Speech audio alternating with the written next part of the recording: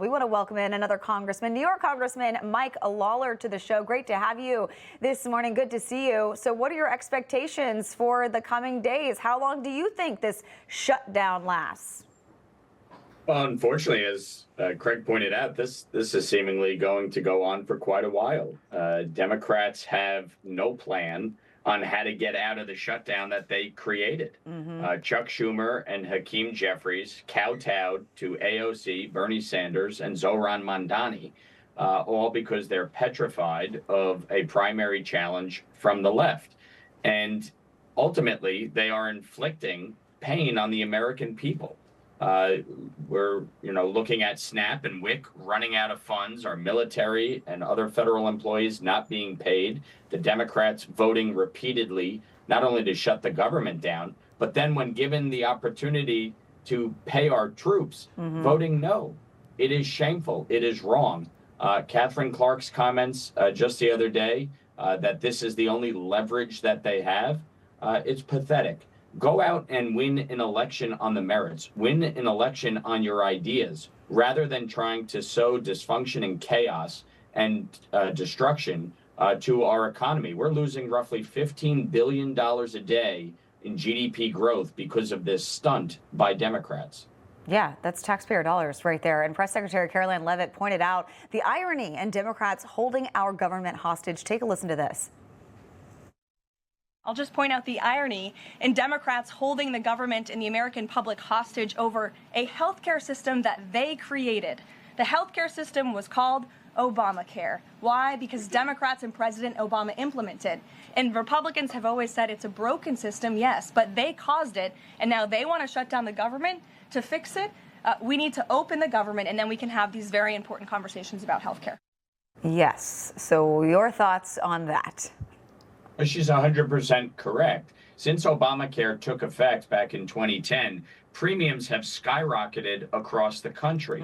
The federal government picks up roughly 78% of the healthcare premiums.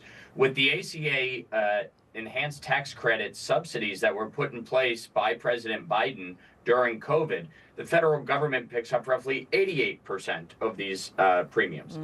So what we're talking about is extending this by a year, two, and making sure that Americans don't see a premium healthcare spike in the immediate. But there's a longer term problem, which is that healthcare premiums continue to rise under Obamacare because it didn't do what it was intended to do, which was actually reduce healthcare costs, increase access, and create economies of scale. That has not happened. And in fact, there are so many aspects of our healthcare system that are broken. You have insurance companies owning primary care physicians, the pharmaceutical costs. We have legislation to reform PBMs, for instance. That is bipartisan. We can get that done.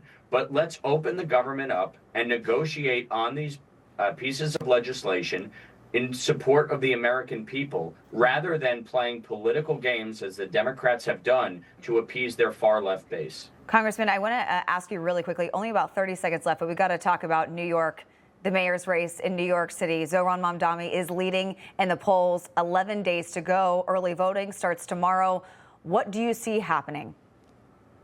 Well, unfortunately, so long as it's a three-person race, I think Zohran is likely going to win. An avowed socialist engaged in Marxist theory who wants to raise taxes by $9 billion on New Yorkers, who just 2 weeks ago was raising money for UNRWA, an organization whose members were involved in the October 7th terrorist attack that killed not only Israelis, but Americans and New Yorkers. He doesn't call on Hamas to lay down its arms, but wants to arrest Bibi Netanyahu. This is a disaster for New York. It's a disaster for our country. But sadly, he's on the verge of winning. Yeah, a disaster is a good way to put it. All right, Congressman Mike Lawler, thank you for taking the time this morning. Thank you. Information. Truth is freedom. Is Newsmax. It's real news for real people.